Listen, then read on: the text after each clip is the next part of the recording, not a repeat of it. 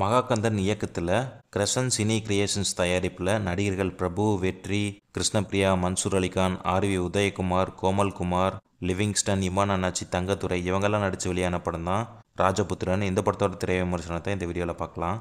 கதைக்களம் என்னென்னா, ராமநாதபுரத்தில் தனது மகன் வெற்றி மீது அளவு கடந்த பாசம் வச்சிருக்க ஒரு தந்தையா பிரபு வராரு இந்த படத்தில் கேரக்டராக. மகன் வெற்றியும் அப்பா பிரபு மீது அளவு கடந்த பாசத்தை வச்சுருக்காரு. மகன் எந்த ஊருக்கு வேலைக்கு செல்லக்கூடாது, எப்பயுமே தன் கூடையே இருக்கணும்னு தன்னோட மகனை கூடையே வளர்த்துட்டு வராரு. வானம் பொய்த்து போக விவசாயம் இல்லாமல் வட்டிக்கு பணத்தை கடன் வாங்குற நிலைமைக்கு வராரு பிரபு.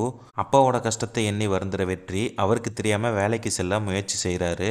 அதற்காக கோபால்குமாரையும் சந்திக்கிறாரு. வெளிநாட்டிலேருந்து வர பணத்தை வரி எதுவும் செலுத்தாமல் அதை முறையற்ற முறையில் கொண்டு சேர்க்கும் பினாமியாக வராரு கோபால்குமார். முறையற்ற முறையில் வர பணத்தை கோமல்குமார் மூலமாக நேரடியாக கொண்டு போகிற வேலையை பார்க்க ஆரம்பிக்கிறாரு வெற்றி. இந்த சமயத்தில் நாகியான கிருஷ்ணபிரியாவை சந்திக்கிறாரு வெற்றி. அவரை கண்டதும் அவர் மேலே காதல் வருது. ஒருதலை காதலாக ஆரம்பித்து பின்னாடி அது இருதலை காதலாக மாறுது.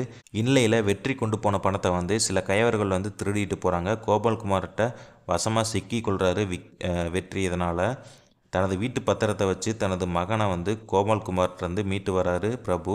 அதற்கு பின்னாடி வெற்றியோட வாழ்க்கையில் என்ன நடந்துச்சுங்கிறதா இந்த படத்தோட மீதி கதை.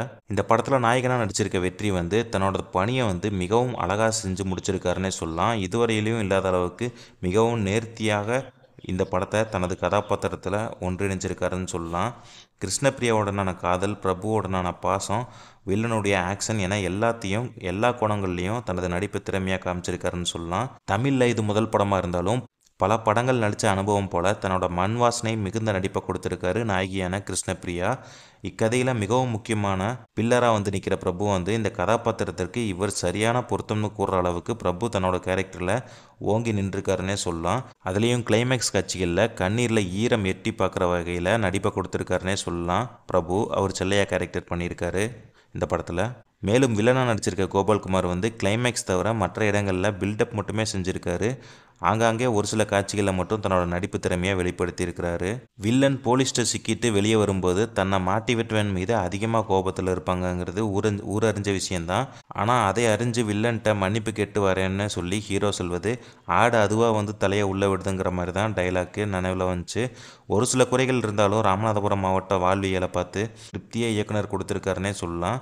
படத்தில் பாடல்கள் மற்றும் பின்னணி இசைகள் நல்லாவே இருந்துச்சு. ஒளிப்பதிவும் மிகவும் நல்ல பங்காற்றி இருக்குன்னே சொல்லலாம். குட்டிச்சுவர், மொட்டை வெயில், முள்ளக்காடுன்னு காட்சிகள் ரொம்ப அழகாக இருந்துச்சு. மொத்தத்தில் ராஜபுத்திரன் பாசத்துக்கு சொந்தக்காரன்னே சொல்லலாம். படம் ரொம்பவே சூப்பராக இருந்துச்சு. என்னோட ரேட்டிங் 5க்கு 3 கொடுப்பேன். நீங்களும் இந்த படத்தை பார்த்துட்டிங்களா இல்லையா? உங்களோட கருத்து கமெண்ட் என்னன்னு சொல்லிட்டு மறக்காமல் சொல்லுங்கள். தேங்க்ஸ் ஃபார் வாட்சிங்.